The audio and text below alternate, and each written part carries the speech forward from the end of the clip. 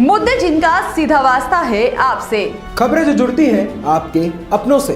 आपके क्षेत्र की हर छोटी बड़ी खबरें देखिए उत्तर प्रदेश न्यूज आपकी आवाज पहुंचाते हैं जिम्मेदारों तक। संभल में आरएसएस के इंद्रेश कुमार ने सूफी संत कार्यक्रम में हिस्सा लिया। भारतीय सद्भावना मंच राष्ट्रीय रक्षा सूत्र Sirsi railway crossing cold store Moradabad road पर कार्यक्रम आयोजित हुआ। काफी संख्या में सूफी संत शामिल हुए। इस कार्यक्रम में शामिल हुए जिसमें उन्होंने इंद्रेश कुमार ने कहा कि राष्ट्रीय स्वयंसेवक संघ आरएसएस के मुस्लिम मंच के संरक्षक इंद्रेश कुमार ने पूर्व की कांग्रेस सरकार पर जमकर निशाना साधा।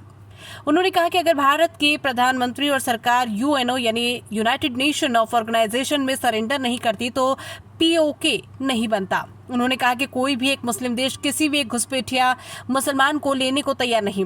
बावजूद भारत को अल्पसंख्यक विरोधी कहा जाता है, फिर भी उसी भारत में ये लोग आराम से रह रहे हैं। 1857 में स्वतंत्रता संग्राम की एक लौ जली थी। उसमें पहले भी देश चाहे यूनानी, ग्रीक, रोमन या शक, चाहे मुगल हो या फिर तुर्क, चाहे अंग्रेज, डच, फ्रेंच, इन सब के साथ भारतीय अस्मिता स्वतंत्रता की रक्षा के लिए लड़ा।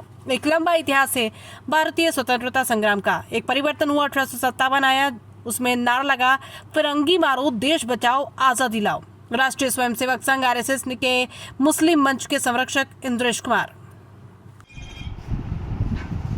देश के अंदर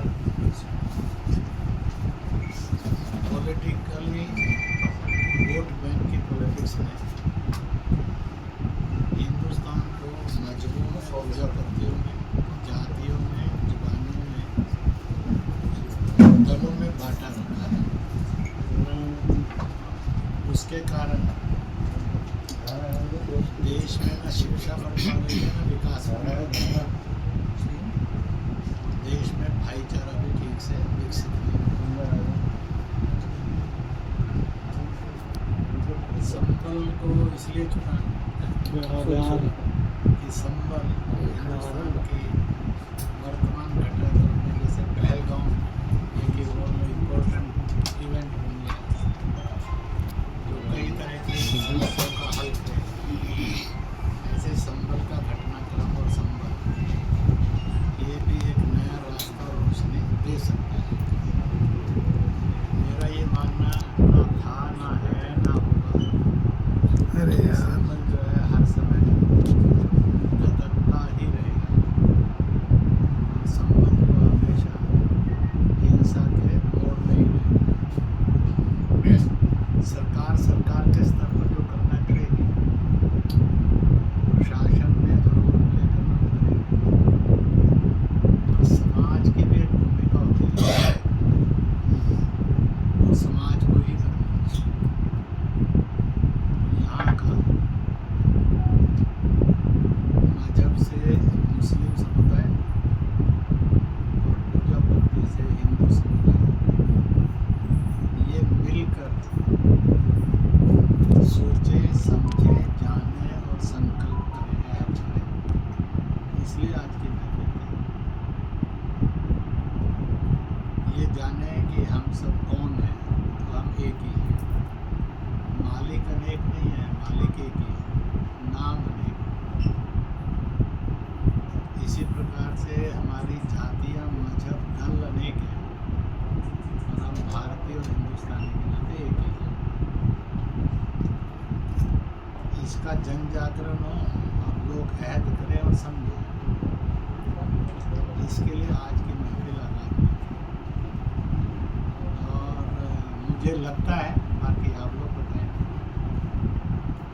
अगर इस तरह का जन जागरण संभल में और कुछ सेंसिटिव इलाकों पर हिंदुस्तान में क्या हिंदुस्तान दंगा मुक्त नहीं हो सकता? क्या हिंदुस्तान छुआछूत मुक्त नहीं हो सकता? क्या हिंदुस्तान हिंसा से मुक्त नहीं हो सकता? मुझे लगता है हो सकता है। नमूना आपके सामने आगे पूछ रहे सर छोटा इसलिए दे रहा हूँ ताकि आप एक प्रश्न मेरा कि जब ये पता लगा कि संबल में नुसरत भाई एक सूफी संत सम्मेलन आज तेरा बहुत अच्छा लगा, इस तरह कार्यक्रम होने चाहिए। मंच पे कुछ सूफी तो थे लेकिन संत नहीं था, आपको महसूस हुआ क्या? ऐसा है कि मैंने भी आते को कहा, मैंने कहा एक संत नजर आती हो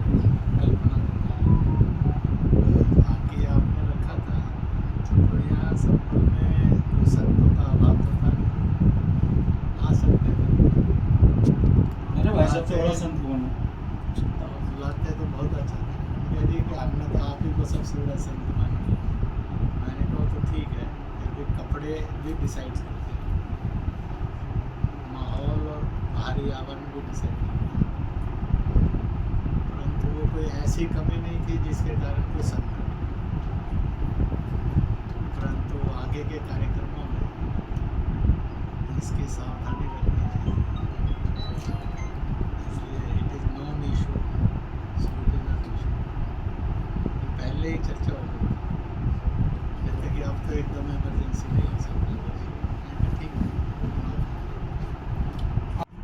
काशी विश्वनाथ, फिर संबल पर भी था, तो सारा मिलाकर था कि भाई हर मस्जिद में अब शिवलिंग होना बंद हो।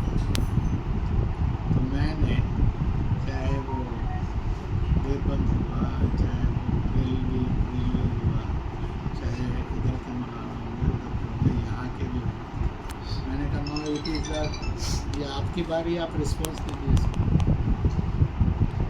आप नहीं रिस्पॉन्स देंगे तो दंगे जारी रहेंगे, होते रहेंगे। अगर आप इसे को नहीं अलर्ट होकर रिस्पॉन्स करेंगे तो आप दंगों के आने वाले इतिहास का कसूरवार माने जाएंगे। मैंने उनको कहा, ये मैंने आज भाषण में भी कहा आपके सामने, कहा कि पूरी दुनिया के अंदर सब धर्मों के तीर्थों के अपने अपने निर्माण व्यवस्था के तौर तरीके होते हैं। तो मस्जिद में क्या मूर्तियाँ होना, ये मस्जिद की निर्माण शैली में आता है। मस्जिद में टूटी हुई मूर्तियाँ होना आता है। जिस मस्जिद में मूर्ति हो टूटी हुई या पूरी मूर्ति हो, क्या वही मस्जिद कहलाती है? जिसमें नहीं हो टूटी हुई और साबित मूर्ति, वो मस्जिद नहीं कहलाएगी। क्या वो मस्जिद जिसमें टूटी हुई मूर्ति या पूरी मूर्ति होना, वो पाक मस्जिद है, इबादत कबूल होगी कि खारिज होगी? जब सबने कहा ये होगा, तो मैंने कहा फिर एक बार हिम्मत के साथ, जब आरएसएस चीफ इतनी बड़ी हिम्मत कर सकता है, तो आप क्यों नहीं हिम्मत कर सकते? इट मीन्स आप नहीं चाहते शांति, इसका मतलब आप नहीं चाहते हैं, आप नहीं चाहते समस्या का समाधान, तो यू कम था। मैंने कहा आपको डर लगता है तो मैं मुस्लिम लोगों से स्टेटमेंट दिलवा देता हूँ, जो देखो फिर आप हिम्मत करिए।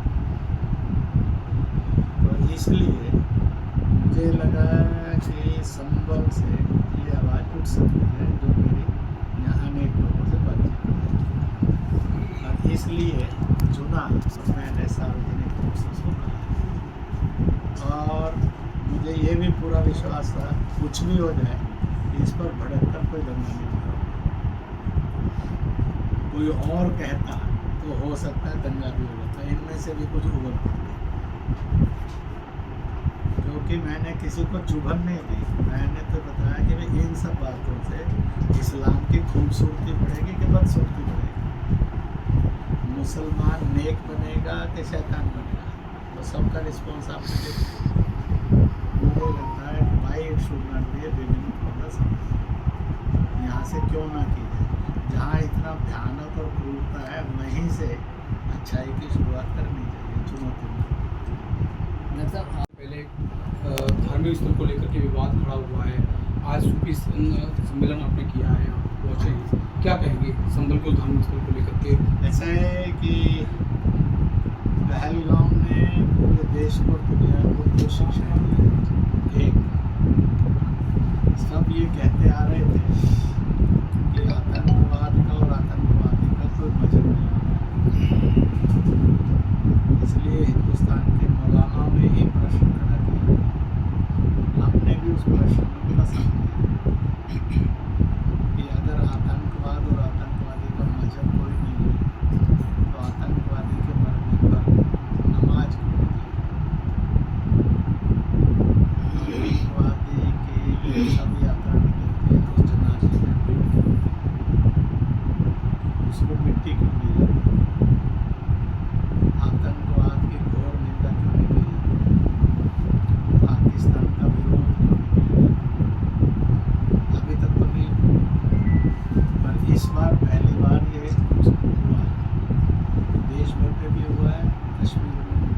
कुछ आवाज़ें आई हैं टीवी चैनल्स पर, हम लोगों ने देखा है कि लोगों ने कहा आतंकवादी को मिट्टी नहीं देंगे। इसलिए देश में एक वातावरण बना है कि आतंकवाद की मिट्टी नहीं देंगे, जनाजे नहीं देंगे, नमाज नहीं देंगे। यहाँ पर सवाल ऐसे कदम उठाने से समाज में जागृति होती है और एक ताकत होती है। पहलगाम की घटना ने ये ताकत पैदा की। दूसरी, पाकिस्तान को सबक सिखाने में हिंदुस्तान ने कई ताकतों को सबक एक साथ सिखाया। हिंदुस्तान ने दुनिया को ये बताया कि बाकी सब जब लड़ते हैं तो पब्लिक को मारते हैं। हिंदुस्तान ने अकेले ने बताया कि हमने कोई पब्लिक जला नहीं। ऐसा मुद्दा किसी के पास दुनिया में नहीं है।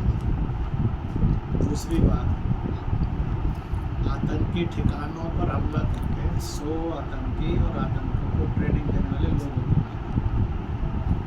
जो हक और उनको बताया कि आप कहीं भी कितना भी जंगल में और कितने भी किले बनाकर करोगे, भारत वहाँ से मार सकता है।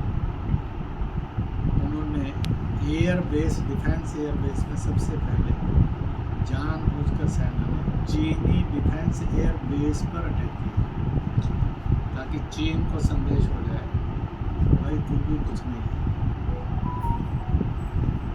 फिर बाकी 8 एयर बेस पर हमला किया लगातार, और चीनी पर हो गया तो चीन भी हथप्रभ रह गया, पाकिस्तान भी तरफ परेशान हो गया क्योंकि मेड बाई चाइना था, सिक्योर्ड बाई चाइना था, और चीन को पता नहीं लगा कि उसका अड्डा ध्वस्त हो गया। फिर उससे आगे जो है एक और किया, और वो ये किया कि नागरिक, जैसे मैंने बताया, नागरिक हमला नहीं किया था, तो उन्होंने जहाँ पर आर्मी में वो लोग थे जो आतंकवाद को पालते पोसते और ट्रेनिंग करते, उस पर हमला किया। 40 लोग उसमें मारे गए, जनहानि कोई नहीं हुई। और फिर भारत को ये पता लग गया था कि ड्रोन से होगा, इसलिए 400 से अधिक ड्रोन एक साथ उसने, जैसे आतिशबाजी के पटाखे फेंकते हैं ना, फेंक, भारत के सैनिकों ने तैयारी की हुई थी विदाउट क्रॉसिंग द बॉर्डर, उन्होंने वो सारे ब्लास्ट कर दिए। है जो यहाँ भी दी है। काफ़ी समय से आप गुजरात से राष्ट्रीय मुस्लिम राष्ट्रीय मंच के माध्यम से सभी धर्मों का मूल एक है, पूजा पद्धति अलग है। इस संदेश को आपने बहुत ही तिरखर अंदाज से और बहुत ही सशक्त ढंग से उठाया है।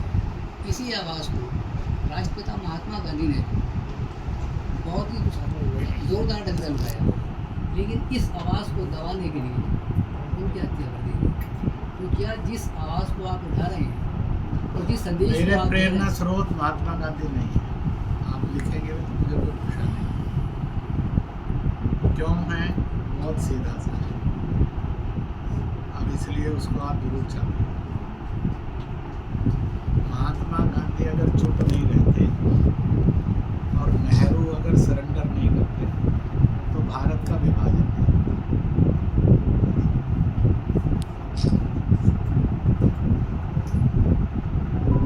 इन्होंने गांधी बड़ा अधूरा पढ़ा, मैंने पूरा पढ़ा। गांधी ने स्वयं कहा मैं जितनी कीमत दे सकता था राष्ट्र हित की और हिंदू हित, मैंने सारी कीमत दी, मैं भाईचारा पैदा नहीं कर सकता। तो इसलिए जो लोग कहते हैं कांग्रेस ने आज़ादी दिलवाई, वो सब झूठ बोलते हैं। कांग्रेस ने देश को विभाजन करवाया, विभाजन होने के बाद जो बचा वो हमारा आज़ाद हिंदुस्तान। उसी के तुरंत बाद पाकिस्तान ने नारा लगाया। नारा का एक हिस्सा था बिना जम्मू कश्मीर के पाकिस्तान अधूरा। उसने आतंकी कबायली हमला किया। नेहरू ने यूएनओ में सरेंडर किया, पीओके को जन्म दे दिया। तो ये तो पीओके नहीं बन। उसके बाद 54 में हिंदी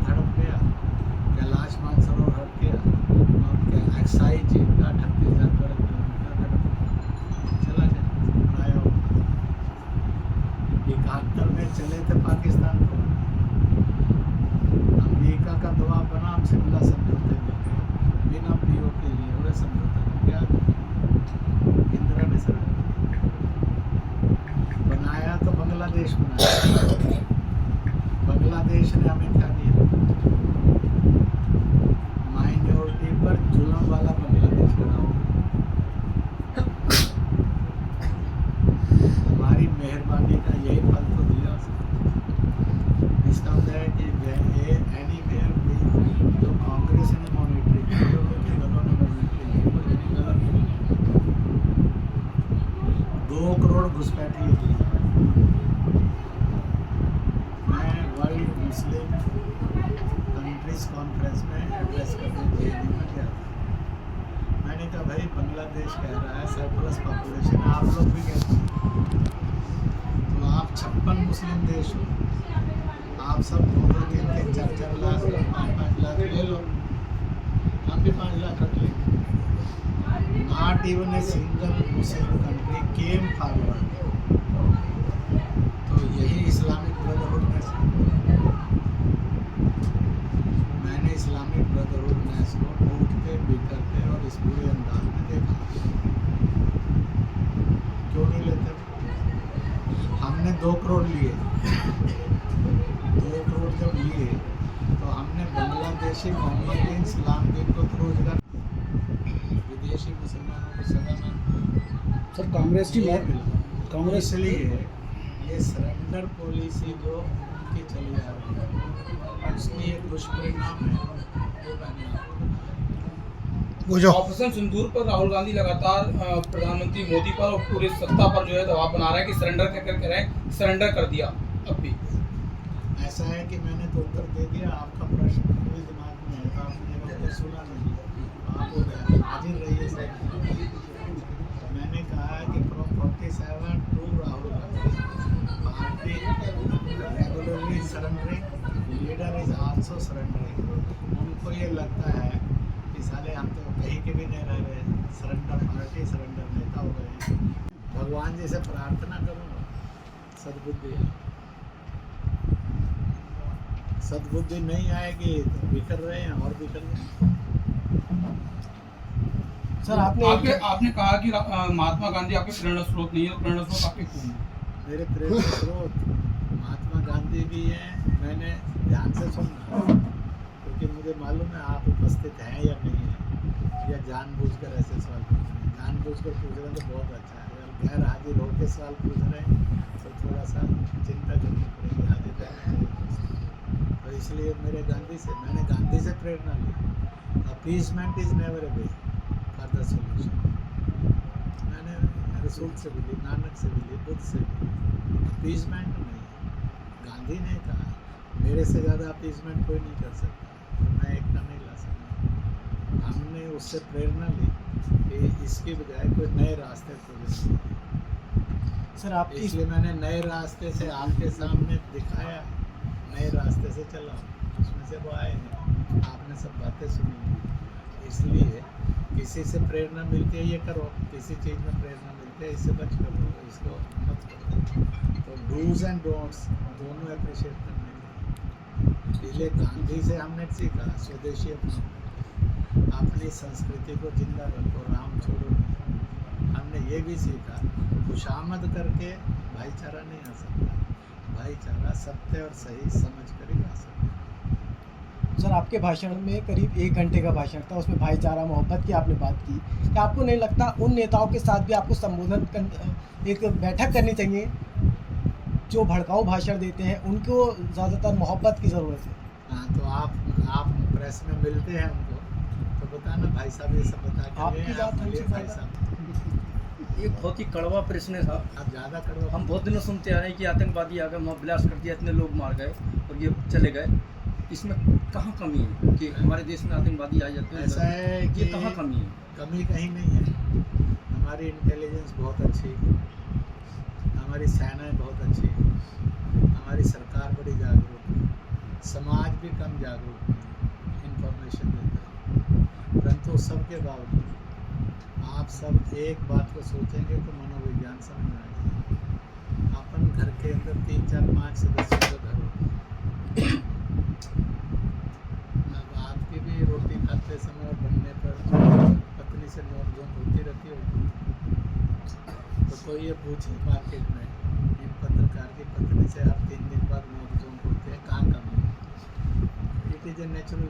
नहीं, ये अलग विषय हो गया, वो अलग विषय, वो देश का विषय है, ये ये परिवार का विषय। अब मेरा पूरा उत्तर सुन लीजिए। पूरी बात। पहली बात मैंने इसलिए कही कि आपको लगे कि आपको सोचना कहाँ से और क्यों है, देश को भी सोचना है तो उसका क्यों है और कहाँ है। दूसरा, घर में बच्चा होता है, किसी बच्चे के लिए तो माँ बाप ही कहते हैं बड़ा अच्छा है, किसी किसी के लिए कहते हैं साला पैदा ही ना होता तो बड़ा अच्छा है। क्यों कहते हैं? ठीक है ना। इसी तरह से जो शैतान और राक्षस है वो कभी भी पैदा हो सकता है, कहीं भी हमला कर सकता है। और इसलिए आज कट्टरता की, भारत विरोध की, पाकिस्तान में तो पहले दिन नारा लगाया था 15-16 अगस्त को 47 को, वो नारा था हंस कर लिया पाकिस्तान, लड़ कर लेंगे हिंदुस्तान। आज तक उसने विड्रॉ नहीं किया। हम समझने में क्यों भूल रहे? उसने तो विड्रॉ नहीं किया, उसका तो कायम है जम्मू कश्मीर के और पाकिस्तान। अब पाकिस्तान कल कहाँ जाएगा? मुझे ऐसा लगता है कि पाकिस्तान टूट कर बिखर जाएगा। क्यों? पाकिस्तान का बॉर्डर, भारत का बॉर्डर ये बदलने वाला है। सर जिस तरह से आप लगातार और बदलने वाला है तो क्यों, कैसे? इधर पाकिस्तान होगा, भारत से युद्ध की बजाय उसका युद्ध 150-200 किलोमीटर अंदर चला जाएगा। सिंध, बलूचिस्तान, पख्तूनिस्तान, पीओके, गिलगित बाल्टिस्तान, पीओके के हिस्से, यहाँ युद्ध किसी में बदल जाएगा। तो आप भी अगली बार मेरे से लाहौर में नहीं। आखिरी सवाल है सर, लगातार आप सूफी संत की बात करते हैं, जाटों भी जाते हैं, लेकिन जिस तरह से खानकाहों में अभी कब्जा है, वक्त की बात करते हैं, वक्त को बिल्कुल भी किया था, अहमदाबाद आप गए थे, तो वैसी कहीं नहीं है, अहमदाबाद है, एक आपका मैसेज फॉलो हुआ था, क्या कह रहा है सर? ऐसा है, वक्फ बोर्ड जब भी गठित हुआ, यह केवल मुस्लिम, अगर क्षतिग्रस्त मूर्ति लगी है उसकी इमारत में, किसी मंदिर के नीचे बुद्ध स्तूप है, तो क्या उसकी पवित्रता नष्ट हो जाएगी? आप बताइए ना। नहीं, मेरा आप, मेरा तो कहना है ना जी कि आप, मैंने तो इसीलिए कहा ना, अभी भी कहा, आपने समझना चाहिए उसको और सुनना भी चाहिए। मैंने कहा कि भाई मस्जिद में मूर्ति होना पाक और जायज़ है या नापाक और नाजायज़ है, इसका उत्तर किसने देना? हमने नहीं देना, मुसलमान ने। किस तरह आपने मेरा क्या कहना है जी, परमानेंट रैंकिंग तो दे रहा हूँ मैं जी, तो ये उसने देना है। अगर है तो क्या टूटी हुई लगाना अच्छा है कि साबुत लगाना अच्छा है? तो साड़ियों में लगाओ, घर में भी लगाओ, उसमें क्या है? जब मस्जिद जैसी पवित्र जगह के लिए मूर्ति जायज़ है आपके अनुसार, आपके सवाल के अनुसार, तो घर में भी लगाओ। है या नहीं है, इसका फैसला इस्लामिक कुरान पाक से, सुन्नत से, हदीस से और उसके साथ साथ स्कॉलर से करना चाहिए। वो करें, उसमें करें। हमने फैसला कर दिया कि भाई जिन्होंने जो भी गलतियाँ की होंगी वो मत खोलें, पर हिंदुस्तान के मुसलमान को, उस मोहम्मद दिन को वही अधिकार है जो मोहन भागवत को है। अगर मोहन भागवत इतनी बड़ी शांति के लिए लीड ले सकते हैं तो मुसलमान ये लीड क्यों नहीं ले सकते? सत्य और सही बनाकर क्यों नहीं खड़े हो सकते? रास्ता निकालने वाले हथियार लिए रास्ता निकालने के लिए आगे खड़े। कौन सा खतरा है? कौन सा सर कलम हो जाए? कौन सा तंग से सिर जुड़ा हो जाए संबंध? या आप कहो कि आपको सच बोलने में और इस्लाम की सही बात कहने में खतरे हैं, तो वो लिख दो ना, ये तो मुसलमान बोले। खुदा की, भगवान की, गॉड की और इबादत हो रही है, अगर वहाँ मूर्ति है, कोई पता नहीं किसी इमारत में, आप मुसलमानों से पूछो ना जी, मेरे से अगर क्या स्तूप लगा है तो सर उसमें पवित्रता कहाँ भंग हो जाएगी? पुरानी इमारत में मैं क्या कह रहा हूँ कि आप, मेरी बहस नहीं है साहब।